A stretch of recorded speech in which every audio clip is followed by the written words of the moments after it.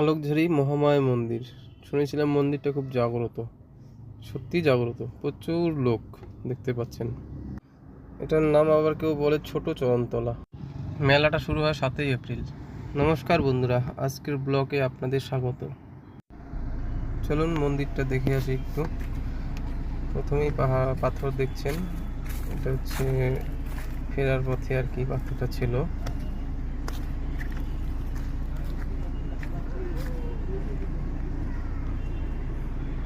সবুজে সবুজ, একটু ভিডিও করে নিলাম নিজেরও। মানুষ বসে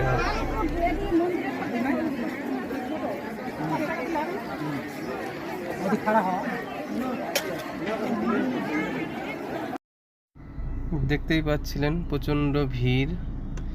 এই যে এটা হচ্ছে মেলা, মেলা এক সাইডে, মন্দির আরেক সাইডে। হেঁটে হেঁটে যেতে হয় প্রায় 1.5 থেকে 2 কিলোমিটার।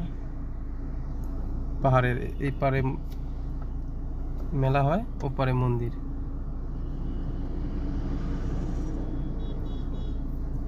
মেলাটা খুব সুন্দর হয়, বড় সড়ো মেলা, অনেক কিছু আছে মেলায়।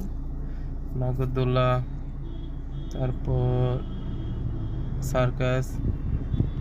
মেলায় যাচ্ছিলাম হেঁটে হেঁটে, প্রচণ্ড গরম।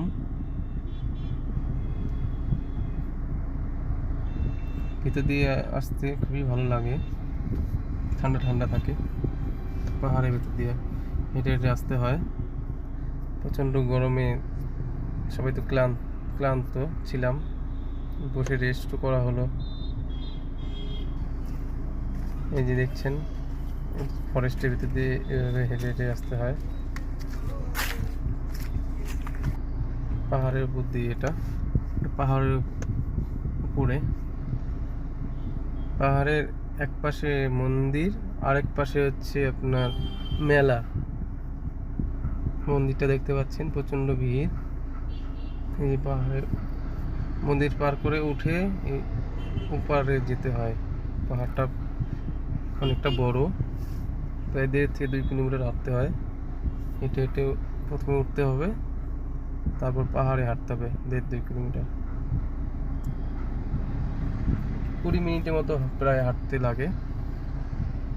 দেখতেই পাচ্ছেন পিছনে মন্দির।